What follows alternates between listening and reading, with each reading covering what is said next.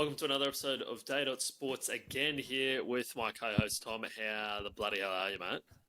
I'm good, bro. How you going? Yeah, not too bad, not too bad. How's your weekend? You get up to much? You're away, weren't you?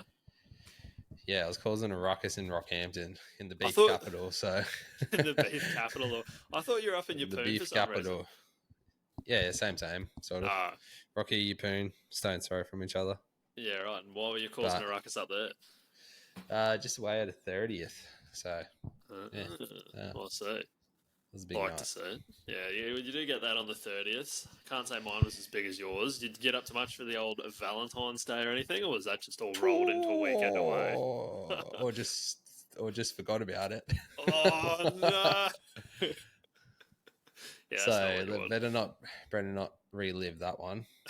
But I at least got well, flowers and everything sorted. And then someone had to do it. Yeah, well, I just another date I need to remind you of. Apparently, like we went out for dinner on the Saturday to a Greek restaurant down there next to Fallon's and all that, so it was pretty good. But then we ended up like just the wind blew us into the casino, so that was interesting. I don't think I've lost money so quickly in my entire life as well. Like roulette dealer just robbed me blind, and then I was straight out of there. But roulette dealers don't love you; they love me. No, or just that one lady. No, exactly no. And I'm starting to really not have the biggest appreciation for this new casino. Something about it just doesn't have a soul like the other one. And part of that also just ties in that I have not won any significant money while it's been there. So if they go bankrupt, then she'll be right. But won't be any fault of your own. No, exactly. Donating every other weekend you have. Oh, I don't know about every other weekend. It's just, people just want to go there. What can I say? But, yeah, just a bit of footy, really, to get into today. That's pretty much all we got. It's pretty much all that we've got. So week 2 of the pre-season trials wrapped up. But before we jump in all that, make sure you do like, subscribe, follow all the social medias and all that. Liking the videos in particular really, really helps out. So I appreciate a lot if you guys get around that. And make sure you go enter the contest to win a jersey. That's live on Instagram at the moment. It is firing. Hundreds of people have jumped in. So if you want a chance, go get around that. If you don't have Instagram, sorry, you will have to miss out this time. Maybe next time it will just be for YouTube or kind of everything. But it's pretty much what we've got. But quick little recap of the games over the weekend. You went pretty hot, actually, Tom, I think. Yeah, trust Dargons to fuck my perfect round. I'm pretty, didn't write them down and I haven't revisited last episode to see what I actually did tip. But from memory, yeah, I did, was running pretty hot. Yeah, well, that's not too bad, but that does bring me some concern for your regular season tipping in that case. So you're going off too early. It's like getting into the finals and you just mistimed it severely. So I guess we're going to see. But with that, I didn't watch a ton of them, to be completely honest. Like, it was just super busy weekend. I'm sure you probably didn't get around a heap either. I was sitting down there at Fallon's actually with the phone up after we'd had dinner, like watching a little bit of the All-Stars game, watched the Broncos one, and that was pretty much about it, really. But the Sharkies, they pumped the Raiders 40-10, so the poor Raiders, they got flogged. Eels, they pumped the Knight 44-18, so I missed out on that one big time. I'm pretty sure you got on Eels and I went with the Knights. Pretty sure I did jump on Para. I wasn't expecting such a big blowout, but yeah, here we are. Yep, and then the next one, even worse of a blowout. So the Finns, they put 50 on the Cowboys. I was way off on that one. I backed the Cows up there somewhere in the Northlands, but they absolutely flogged them.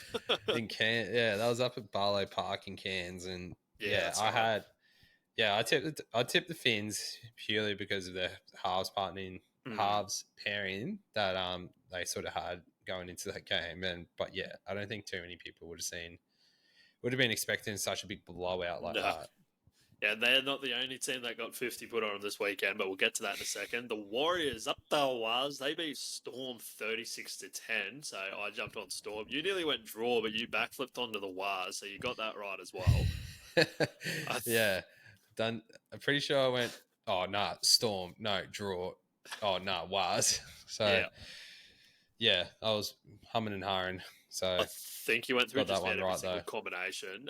Manly, they beat the Rabbitohs 34-24. I'm pretty sure we both got on Manly for that one, so I got that one. Pretty sure we both tipped the Rabbits.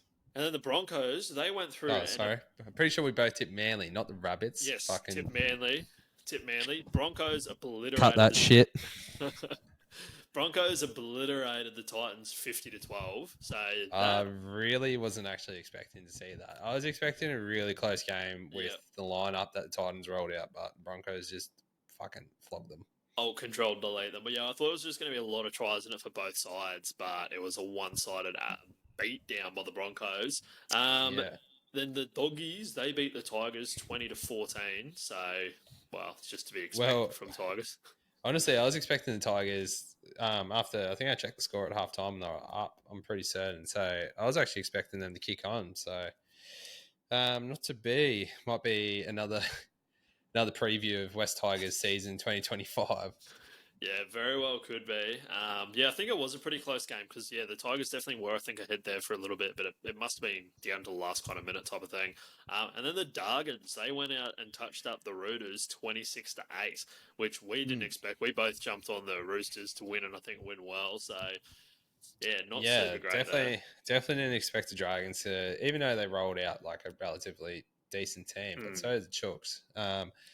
In saying that, I'm pretty sure I was leaning towards the Dragons last week when we were tipping this until you got in my ear about, oh, no, you can't pick the Dragons. You've got to pick the Roosters. So I think we both jumped on the Roosters and they got fucking thrashed. You can't be blaming me for your poor tipping abilities, Tom. It's just one of those things. I should have known after last season's performance from you. I reckon you only beat me by a couple anyway, so don't get too far ahead of yourself. I'm just trying to find what the score was for the Māori and Indigenous game. That's one that I did forget to write 10-12? down. I think it was something like that. 6-10. Māori, they won. They got it done. Nearly got the Hammers try. He did get over, but then it got disallowed at one point, so nearly got 2 for 2 on that one, but very close. But like I was saying, there was, two teams that got put to the sword big time with 50 being put on the Cowboys and on the Titans. So 2 Queensland teams getting thrashed. A lot of speculation whether or not the 50-point curse actually counts in the preseason. Some people are saying yes. Some people are saying no. I don't think it does, but where are you leaning with that? Oh, it depends what sort of teams they roll out. I don't think the Titans or the Cowboys are going to be contending at the end of the year. So I'll just say the 50-point curse does count. But if it happened to be the Melbourne Storm or Penrith or something with a half decent team getting rolled out there and getting 50 put on them, I think it would be a big worry. But considering the Titans rolled out a pretty strong team and got flogged by a bunch of reserve graders, I think you could probably put a line through them for this season. So you're putting the line straight through the Titans, which is terrible because I've put them in my top 8. Cows. I know you've put them in 8. I reckon I'm going to roll them in at 10th. Give them a 10th spot finish, I reckon. God, after that, you could put them in for the Spoon Bowl or something like that, because that is just a shocking start. The Cowboys, though, like their team, they didn't exactly have the superstars in there. I kind of give them a pass, but the Titans rolled out like just about what their starting team would have been. So a little bit concerning from them, but I guess we will find out. I am under the belief, though, that the 50-point curse should not start until round 1. But in the case of the Titans, you might be right. It might be time to pull out that marker and just go, see you later, guys. Next year, have a good one. To this next year. Yeah, exactly. So we'll see if they can get in the top 8 in 2026, because that's just not going to be happening this year. But the Broncos, they actually surprised me with their performance. They did. There was a few big players in there from the first team, and the rest of it was kind of just made up from those fringe kind of like reserve players and whatever else. But they were like they were like $2.30 underdogs or something like that the bookies had them on. So so if you jumped on that, it would have been thank you very much. Bad weekend not to be gambling. Oh yeah, exactly. And then, I jumped on Dean Mariner and a few others. I think I had Hayes Perham in there to score, but he went off within, like, the first probably 15, 20 minutes. Turns out he's done his ACLs done for the year as well. Which is such a bummer. It would have been so good to see, especially around that Origin time if Reece happened to be selected, which he actually probably wouldn't have been. But even then, I'm sure Reece would have been out at some stage throughout the year, so it would have been good to see him. roll It's on good to have in. a backup. That Latrell Sigwald or whatever his name is, Sigwald, yeah. he played again pretty well. I think he's lined up again this weekend to play, but I guess he's probably going to be the next in line guy, I'd say, Yeah, I'd say so. for that fullback position. So that'll be a bit interesting to see how we go. But we had the million different hookers running all over the field for the Broncos the other day. I think they started off with Corey Pakes. I think Walters was almost in there at one point. Smoothie had a bit of a run. There might have even been another one, but things are going all over the joint with the Broncos hookers situation. One thing, did you watch any of the game at all between the Titans, or you just kind of saw highlights? No, I've only really just seen highlights, honestly. Yeah, But from what I did see, Pakes honestly did look pretty solid in back at the 9. So I wouldn't be surprised, if you see him starting this year, especially with Ezra being out and Benny Hunt in the 6 jersey. yeah, exactly. Well, yeah, he got himself over for 2 tries, 2 little meat pies in the first half. I'm pretty sure it was, and then got rested after that. But he got through a fair bit of work, so I think that probably just about stamped his spot there. It's good to see him in there, but I'm starting to wonder if Billy Walters has been knocking off some of the hookers there at the Brisbane Broncos, because there's been a bit of news around their hookers in the last week or so. So Smoothie is supposedly at the end of the season going to be going over the Super League for a couple-year deal. Yeah, seen that. And then literally a day or two later, the news is coming out that Moser has a shoulder injury that he's in rehab for, and he's likely to miss, the first round, or at least maybe potentially a couple of games to start things off. So I'm starting to wonder. Well, I've even read today that apparently he's already, because I think he's off contract end of this year, end of next year, and his agency's already been discussing, or been talking to other clubs, shopping him around. So very well could be Billy Walters has been sitting there with the voodoo doll, deleting all the other hookers in Brisbane to get a bit of fucking payback for his old boy getting sacked. Yeah, a bit of revenge for old Daddy Walters getting let go of the club. I saw he's actually got a podcast up and running now as well with Dobbo.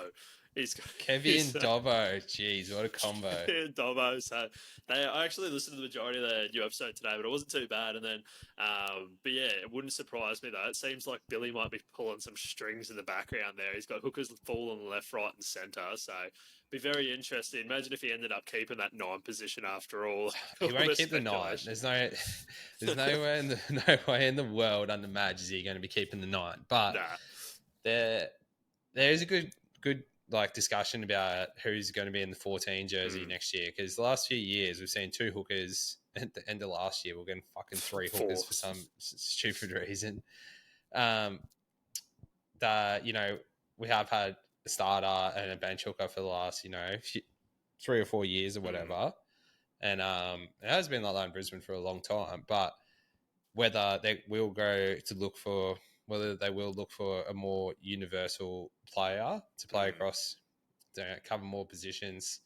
How Billy played in the halves on the weekend, also plays hooker. Yeah. Whereas Moses is a hooker through and through. Yeah. You're not going to stick Ben Hunt in the 14 because you want him out there for 80 pretty much.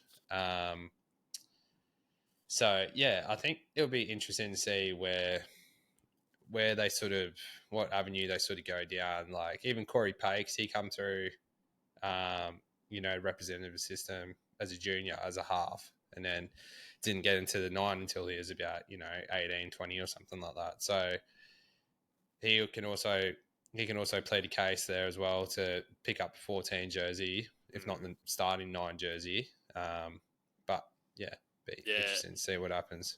It's a weird scenario they've ended up in with the amount of hookers they've got. So no wonder, obviously, if some are leaving, like if you got Smoothie kind of looking elsewhere and whatever else. And then just the head noise comes along once Ezra comes back, because, you want Ben Hunt out there for the full 80 minutes or just to, thereabouts. So if he slots straight into the 9, that means somebody else is going to be missing out. I think at the moment, though, we're going to be looking, based off the weekend and particularly looking at the team list coming up, I reckon that Corey Pakes has probably done enough actually to lock in that starting 9 position. And I think just with having Walters running in the halves, and obviously he can play at 9, he can probably play lock, kind of fit into so many different roles. I think the 14's his. I don't see him being completely left out. I guess it just gets tricky again a few weeks down the road. But be very Yeah. interesting to see where they end up. But yeah, again, it all really kind of gets turned on its head as soon as Ezra come back, and then what do you do with Hunt? Does he stay at the 6? Does he go to 9? But Ben Hunt, Yeah. he's been copping a little bit by his ex-coach in the media. If you've seen in the last few days. Yeah, Mad's not happy boy. Oh, not Mad. Flano, not happy boy. Flano, not a happy boy. So he's come out, and I quote, Ben Hunt was a good player, but he was getting older and he had a few bad habits as well. That just sounds like a salty ex-coach, if you ask me, letting old Dozer go back to the Broncos. Salty ex-girlfriend about Flano. Yeah, I don't know how you can possibly, like, obviously the dude wasn't happy at the Dragons after asking for a few releases throughout the years, and as soon as he got the opportunity, he was out of there. But I don't know how you can sit there and just say that he was getting old and he had bad habits when he was the lead the comp with try assist for the last season. So, literally. I don't know how they can stand there and be happy with the decision and let him go and sign Lachlan Ilias. No, yeah, the rebound to Ilias, making him out like he's a godsend. And, I can get it from, obviously, like the coach of the Dragons. You don't want your captain being some bloke that would literally run back to Brisbane if it meant he got released from his Dragons contract. So, like, I understand that. I kind of get it from the Dragons' perspective, like fans and all that sort of stuff as well, kind of being like, well, good riddance to the bloke. But I feel like they just dragged that out far too long. They should have let him go well before that. It probably could have avoided a lot of this situation. Yes, he had a contract and whatever else. Yeah. But yeah, like to sit there and be like, yeah, he's got bad habits. Meanwhile, getting picked in the Queensland side, still in the extended Australia side, like all this. Like, dude is one of the best players in the league, by far still in his old age. That Flano reckons that he's going. And mind you as well, doesn't really get injured that often or at all. So honestly, I can't really remember a time that Ben Hunt's been out with the extended injury anyway. Like, I'm sure he's had a week or two through and there, here and there with like throughout his career that he's been out with a little niggle. But yeah, I don't have any of that come to mind. That's for sure. Nah, he's not like oh jeez. As much as I love him, as much as I love him, he's not like a Renault where a little brush of the wind's gonna like pop a shoulder out or something like that, So maybe Ben Hunt is just the ultimate recovery man, real ice bath, sauna, go home, gets his 8 hours sleep type of operator. Because Dozer don't go down. Don't know about that. Maybe I feel like Benny Hunt's more of a knock off, few tinnies, add in a few more tinnies, have a big snooze, little recovery, good for next week. A little bit of KFC or Macca's to keep him going, and happy days. Yeah, but it'll be funny, and I think Ben Hunt is going to lift huge when they play the Dragons. Actually, I should have a look and see when they play, because I think he's going to be turning up massive against them. I feel like it's... Yeah, I'll have a look right now. I feel like it could be like round 2. Really?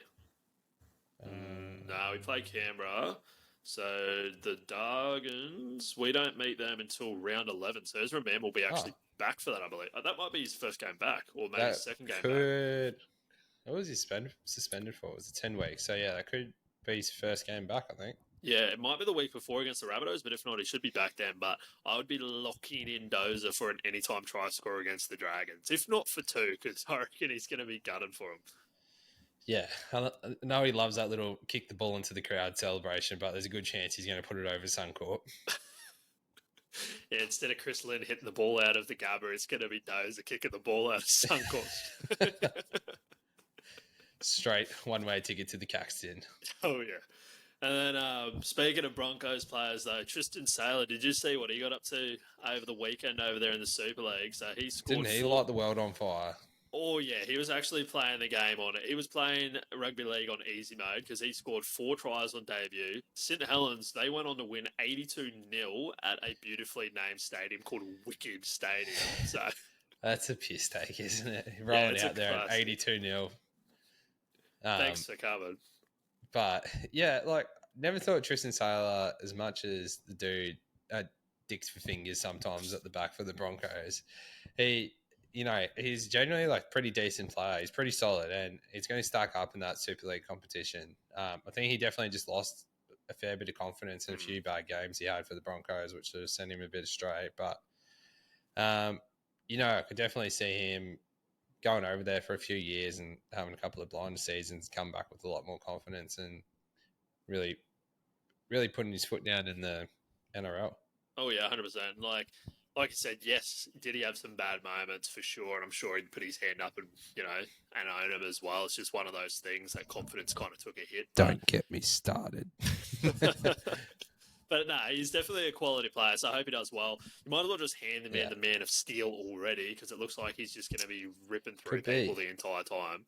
But yeah, he pretty much chucked on Rugby League 2 on the PlayStation 2, chucked it on easy mode, and just ran around people to score tries and put on points. So I was going to say, I reckon the biggest hack whenever we used to play Rugby League, like on PlayStation against each other, would be catch the ball, give it to your fastest player, get him to run straight across the field and just go straight down the sideline and hope you don't get caught. Oh, yeah. Put on plus 100 points easy. I remember playing footy like way back in the day, juniors and whatever. Like you'd play against guys who would literally play like that.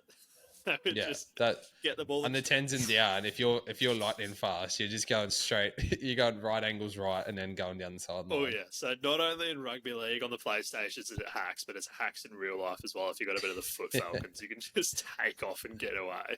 That's for sure. Bring it back, I say. Bring it into A grade. Oh, yeah. Don't run at him, run around him.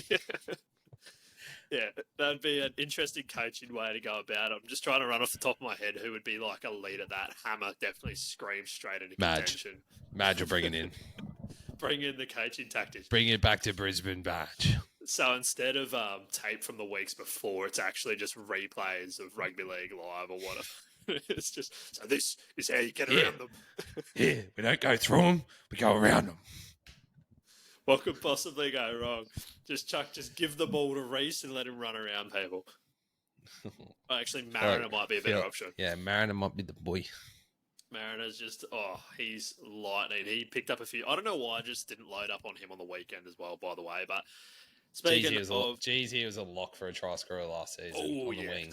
Oh, yeah. Maybe not when he came to the centres, but gosh, when he was on the wing, that man could not do anything wrong. No, I'm still tempted to get on him a lot in the centres this year, but Sean Cobbo going back to the wing position, I'm just like, that's just free money right there if I've ever seen some. That's just beautiful right there. Just be Sean Cobbo, catch, put down ball, thanks for coming. There was a little bit of drama, a bit of controversy over the weekend as well in the Eels game. So Zac Lomax, I'm pretty sure that was the first week it would have been the first week he played out in the banana outfit out there on the field. But afterwards, Joe Offarangawi went up behind him, a little bit of cheeky fun, dacked the man on a live broadcast. Undies on though. What seemed like a bit of a joke and people were posting on social media blew up into something ridiculous. To the point that Joe was having to go onto social media to apologise for bringing the game into disrepute. He's absolutely... Well, no one ever batted an eye when fucking Heine used to do it every week and get his crack out. Nah, there's like a million people posted stuff as well, like Storm players doing it. Like half of the Broncos team walk around with literally no clothes on at the end of the game because they've walked around and handed out every bit of article of clothing. It's just ridiculous, people jumping up and down and going, it's like people watching the broadcast and it was a female presenter and, I could see the perspective if she felt uncomfortable from it or something like that. If it was that sort of situation, then...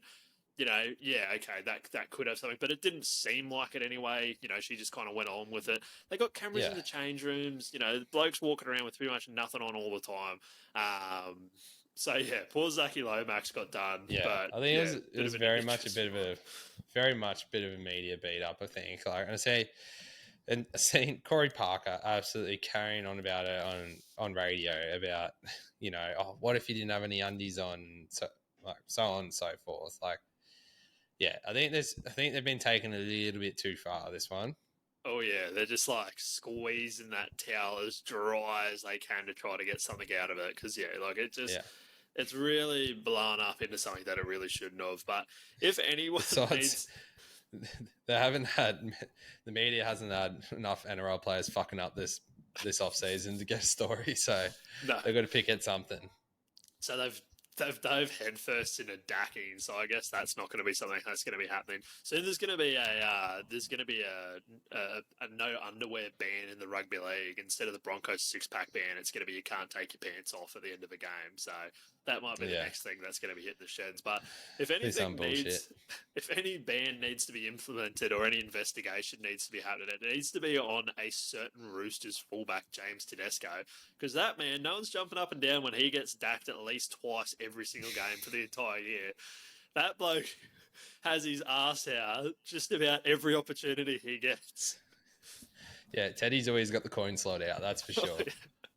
Don't know whether the Roosters staff is stitching him up with 3XL shorts or something, but yeah, he's always getting the crack out. Yeah, I'm not too sure if he just likes the larger fit and that's what's happening there, or if the bloke just pulls the drawstrings out or something. Like, they just seem to come down too easy, and it's always him. Yeah, I don't know. It could be that, or he's just that slippery they got nothing else to grab onto. But yeah, someone helped Teddy out with some new undies or something. I don't know. Somebody new drawstring. One of the boys needs, just before he runs out, can you just pull your pants down a little bit? I'll tie it up for you, make sure it's nice and tight, and send him on his merry way. Because, yeah, if anyone needs to be apologising, it's going to be Teddy for bloody mooning everyone all the time. But, yeah. Bit of a stitch up. Heine might have some tips on that. Exactly. All right, we're going to jump into our round 3 or week 3 of the pre-season. So this week, things are definitely starting to heat up for the majority of teams. We're so close to NRL Vegas and that first round kicking off. I'm getting hot. Vegas, baby. Vegas, bro. Vegas, bro. Some of these games couldn't care less about because, again, teams are just rolling out like you got Ivan Cleary just put a dartboard of players up and started throwing. It was like, oh, well, I guess they're playing this week because I don't think they can care less. First game, Manly versus Panthers. So both of these teams, they're basically running out just a super young team, Rezzies. Penrith, they got nothing to prove in the trials, and I think they know about the preseason curse, so they're like, yes, I would like to lose both games. It would be, I'm assuming, at Manly or thereabouts. Who are you backing in this one, Tom? It is at Leichhardt Oval, funnily enough. So was it Penrith the other week rolling out at Shark Park, and now they're rolling out at Leichhardt. I just had a look, so it looks like it's a double header, so straight after that. Yeah, it is. Yeah. But honestly, yeah, I'll probably just roll with Penrith, to be honest. Even though it's a young team, you can see what their system's been doing for years in the younger grades. So I think we'll lock in a Penrith victory, 1-12, I'd say. I like that. Yeah. I'm going to go Penrith 1-12 as well, and then that rolls straight into the next game at Leichhardt as well. So Tigers versus Eels, little spoon bowl rematch action, which we love to see.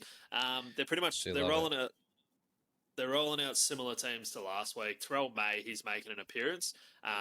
Eels, they're pretty much looking to lock in an out-of-8 position if they get this win, because they'd just about be winning the pre-season challenge if they get this done. Looks like Jermaine Hopgood, he's back in there as well after the back injury that he had. Yeah. Which is good to see. A bit of spoon bowl action though, Tom. Or what are we thinking? I think the Tigers back at their spiritual home ground, Leichhardt. I'm going to take the West Tigers 1-12.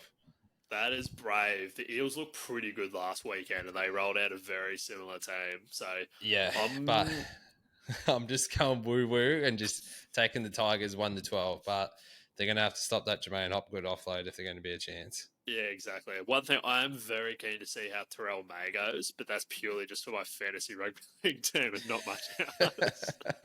Because that bloke is a machine. Like, he'll put 80 good minutes out there and just pump out points. But I'm going to go with the Eels. I'm going to go 13+. I reckon they're going to put a hoarding on them like they did in the Spoon Bowl. I think they're just going to follow that up with a final knockout punch and just really put the Tigers to rest at this point. And just start their season off in horrific fashion. Next game, we've got the Dargans versus the Rabbitohs. This one's out at Mudgee.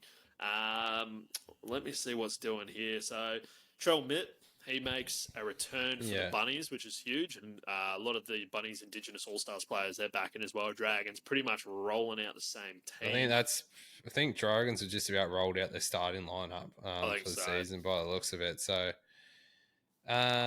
whereas, Rabbits have glimpses of, their starting team that's going to be coming for the season. But I will be siding with the Dragons. I will. after that performance last week. So I'll take the Dragons 1-12.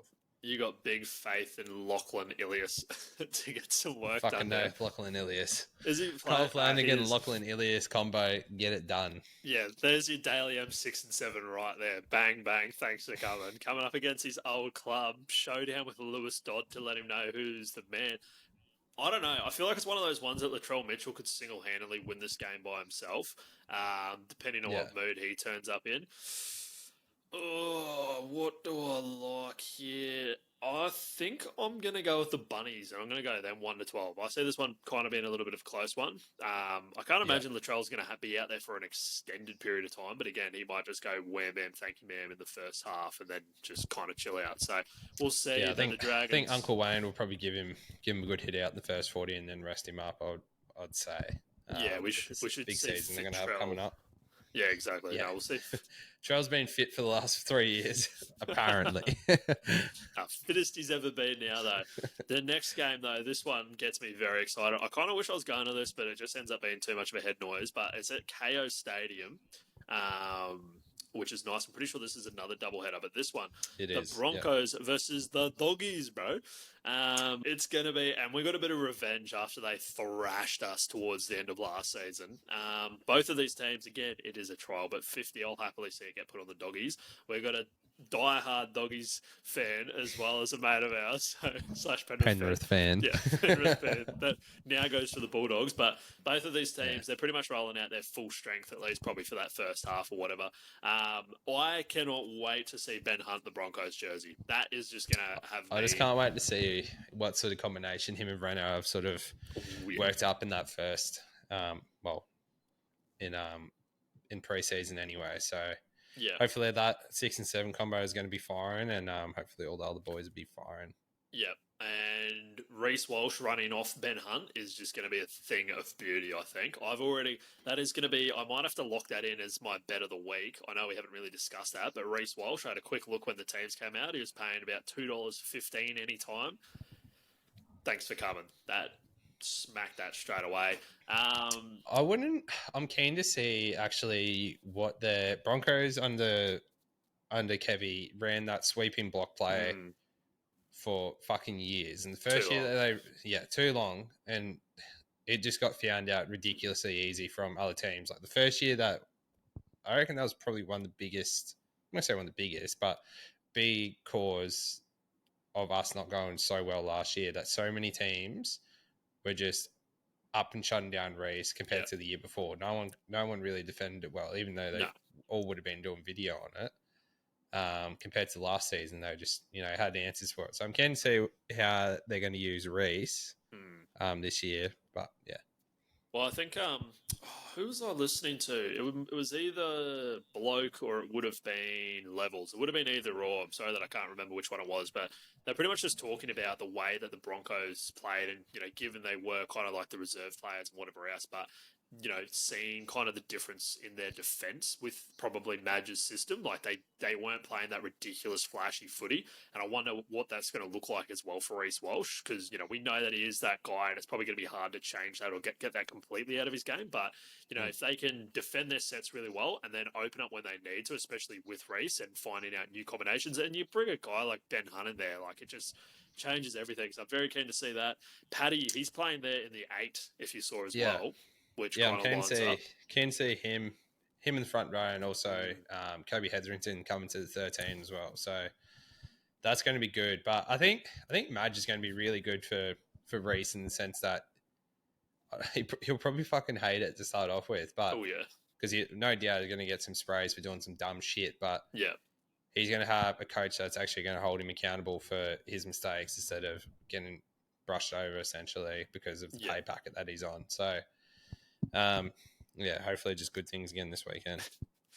Madge might put the bloke in resis for a week or something like that. You throw another one in the first fucking row, then you're back to resis. You never know, but strong chance. I'm keen to see that. Paddy there at the 8. Hetherington played 13 in the trial, looked great there. One thing that I did notice though, so they kind of had that back row off between Jack Gojetski and Piakora over the weekend. I saw that, but I saw Reece Walsh calling him Go Jet Ski as well, and I'm like, because we were Go chatting, Jet we Ski, said that as well, and I was yes. like, yes, that is Go Jet so much Ski. easier. So Jackie G or Go Jet Ski, perfect. But he's Go actually Jet Ski. starting on the left edge over Pia Cora, at least in this trial. Yeah, so well, not shocked. Pia Cora didn't have much of a season last year, and by all reports, Jack Go Jet Ski has been trying the house. Yeah, has been trying the house down in the preseason and has impressed Madge after already playing under him previously. So yeah, be good to see. Yeah, in saying that though, Piacora, he went pretty well in the trial game. I think, I think he scored 1 or 2, was pretty good. But maybe he's looking for someone a little bit more consistent and solid, and kind of really going to push Piacora to improve even better himself. So that's good. Reno as well is out there, which I don't necessarily want Reno playing any more footy than he needs to. I don't think that he's got to get a little bit of run in the legs before the season starts, but I also don't think they'd be putting him out there if he wasn't 100% fit, because it's just stupid to risk it in a trial. So, no, I'm all for it. So, well, I guess that's probably a good point, actually. It probably shows that he's further along in his recovery and all that, and is actually probably fit and firing, ready to go. So, very keen for that one. But yes, Broncos by as many points as they'd like. Next one, though, so again, doubleheader straight into this, which is Dolphins versus Titans. It's pretty much going to be the full-strength team for both of these teams. Big one, though, in the reserves is Tino. He's coming back in after his ACL-ending season injury last year. That was a Malawi. Big Tino's coming back in. Titans, they have to win. They've got to do something after last week. I just looked at that lineup. Dolphins 13 plus. I've got Dolphins fucking flogging them. Insane. I reckon the Dolphins are going to turn. Yeah, Titans really have to win this. But in saying this, they're going to get pumped. I reckon. Would love to know. I'd love to know the odds. The odds on that game. I dare say Dolphins will be pretty short after their performance last week up in Cairns. Yeah, I can't imagine that that Titans are going to be screaming through as the favourites. I'm actually going to have a look now just for the laugh of it. Pre-season trials. Dolphins $1.70, Titans $1.70. 2.15 Gold Coast Titans. I thought it would have been more, but that's still not too bad. Bit of value there, yeah. Yeah, it's not too bad at all. I'd just be looking at the Hammer to score anytime. That's just free money. Always. Yeah, Hammer's going to roll on in, I think, untouched. Yeah. Hammer to get through, no worries. He's just going to hit the old Rugby League cheat code, run sideways every now and then. See ya, bro. I'm out of here. Yeah, later, bro. So, no, I think pretty much the same. I'm not feeling overly confident in the Titans. They get a few players back from that All-Stars game. I'm pretty sure Keanu Keeney. I think Lofi Khan-Pereira's in there as well, but yeah, there's worse things going on there. You never know. They could turn up and absolutely hum along. But Dolphins there in Redcliffe or thereabouts anyway, up in that area of the Brisbane region, I think they're going to get it done. And I could see it being 13 plus as well. There's a good reason why that feeder club's called the Redcliffe Dolphins. Yeah, thanks for that one on side. They're up in the Redcliffe region. Appreciate your analysis there. Yeah. All right. Anytime. All right, nearly to the end of it. So Roosters versus Knights, they're pretty much going to be the full sides running out in this one again. So one thing that I have noticed, though, it is death taxes and the Knights changing their halves pairing because they've again rotated through. Oh, yeah. Shocker. Yeah, surprise. They've changed it. I think the 7 might be Gamble for this week. Let me have a look. Yeah, it is. It is Tyson Gamble. So they've kept Fletcher sharp, but yeah, rotation time. So it's just every single week somebody is going to get a go. By the sounds of it, you're not going to really see any Jackson Hastings this year. I think I was reading the other day that he's been training at lock for the New South Wales Cup side pretty much all pre-season. So I think he can say farewell to his time at Newcastle. Well, at least playing NRL anyway. So what does that leave him with? Cogger, Sharp, and Gamble. So they're just going to be on a rotation every single week. Three-man rotation. Thanks. Exactly. So, but yeah, pretty much full sides for both. So you're getting like your Kalen Ponga's back, this, that, and everything. Teddy, I'm pretty sure Teddy's named actually to play. Pretty sure. Mr. Actually, Dak himself. Yeah, he's in there. Is he? Yep, he's in there. There you go. I'll be taking. I want to say 13 plus the Roosters, but the Knights they either have a bit of rollover or they got a bit of dog about them, but I don't know what's going to rock up. So I'll just be taking. I'm going to take the Chooks 13 plus. I reckon Robbo would have put a rocket up him after last week. So Oh yeah, I'll I'm be liking some of the taking the Chooks. I'm liking some of the combinations they got in here as well. But I think I reckon they're going to absolutely turn up. They're getting their forwards back in there. Big Gussie Crichton. Love to see how he goes this season. I reckon meat pie that man up. He's going to be in a mood for it. I reckon. Put him in for a lock. Dally M, second row of the year. Oh yeah, no, I think season that man had last year was unbelievable. And I see no reason why he can't continue on with it and just smash through. So I wouldn't be surprised if he slams it. As long as he doesn't do what he did in that Australian game when he went to put it down with his bad hand and dropped it over the line. Yeah. As long as he doesn't do that, it'll be all sweet. But yeah, I reckon Roosters give him a touch up.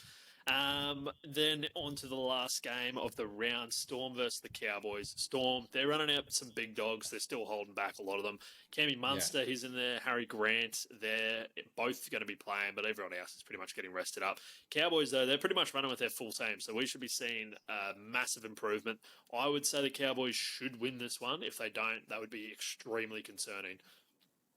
Yeah, I'm not too sure about this one. It's saying that Storm 13 plus. Yeah, funny you said that, Storm 13 plus. Yeah, I'm excited to see how this game, like, honestly, there you go. Pappenhausen's named on the reserves as well. So is he? He's in the 22 jersey. So, fucking hell, 28 players that got named Storm. Yeah, I don't know. I think you'll probably. I reckon I'm going to take Storm 1 to 12. Honestly, I'm going to go Storm 13 plus because looking at these odds, Neds have them $1. Not Neds, a random betting agency that will not be named. not a random orange betting agency. Yeah, that may or may not be located here in Oz. They've got Storm at the moment $1.48 to North Queensland $2.65. That is shocking. Yeah, that's got to knock the wind out of your sails if you're playing for the Cowboys and you're rolling out. That's saying that, like a lot of that back five isn't who's going to be playing this season. It could be. Actually, yeah, it is pretty much like a majority starting lineup for the Cowboys. So, yeah, that is a bit concerning when Storm's reserve. I'm not going to say reserve grade, but weekend first grade sides coming in at $1 something favorite. Yeah, like very heavy favourite. So that's interesting. One player I'm keen to see in the Cowboys. I forgot if he played last week. I don't think he would have, but Johnny Bateman, because fantasy reasons again. I'm keen to see how he goes. So, yeah, I'm not sure if he did play. I don't think he did because Hillam Lukey, he's out for the entire season because he did ACL or one of those. Something like that, yeah. One of the knee things. So Johnny Bateman should be getting plenty of time there at the Cowboys, and they love to go really, really hard in attack with their back rowers. So between him and Jeremiah Nanai, I reckon they're going to be going well. So yeah, but purely for fantasy reasons, I'm keen to see how Johnny goes in there. I'm very interested. I'm just keen to see him play the Tigers, honestly. He's fighting someone for sure. Oh yeah, there's going to be a blue. There's going to be a blue. He'll give up the vendetta that he's got with the Canberra Raiders, and it's just going to be targeted entirely towards the Tigers. Yeah, that's for sure. It's going to be interesting, but I think that's pretty much it. And then this is our last week of pre-season games. I guess we'll find out who wins the 100 Gs and gets bounced straight out of the 8. Hopefully not the Broncos. Yeah, I'm kind of like, boys, slow down a little bit, ease up, let like the Warriors win that or something. Yeah. But I don't want none of that smoke. If this player was a beer, Tom, big Ben Takura. What would he be? What would the big fella be as a beer? Ben Takura. He's a big Kiwi boy. I'd say a long neck Tuies. A long neck Tuies. Not Australian Tui. Kiwi Tui. Long neck Tui. He's a long neck of spates. He's got to be a long neck of something because that boy's not a standard stubby. Yeah, a couple standard drinks going on there in old Ben Takura. I'm going to go with he's a tallie. He's a long neck of spates is what I'm saying. At least 2.5 standards in that bad boy because that is a big drink if I've ever seen one. Any Kiwi lager and has to be long neck. Yeah, sorry that we don't have the intimate knowledge of Kiwi longnecks. We should have a little bit of a dabble being half Kiwi ourselves. Definitely tasted the Spates water the last time we were over there. Those got put on repeat and punished, that's for sure. Yeah, the 12-pack, the 12-pack that you can carry around from Countdown is a bit dangerous. Yeah, the 12 pack for $12 type of deal. Yeah, that was great. That was super That was handy, grouse. but that pretty much brings us to the end of this episode. Let us know in the comments who's going to be winning again. Make sure you go follow, go suss out the Instagram for the jersey giveaway contest. Again, that's going to be finishing on the 1st of March. You've got to be in it to win it. Yeah, that's pretty much us. We're going to bounce and catch you next week. See you next week.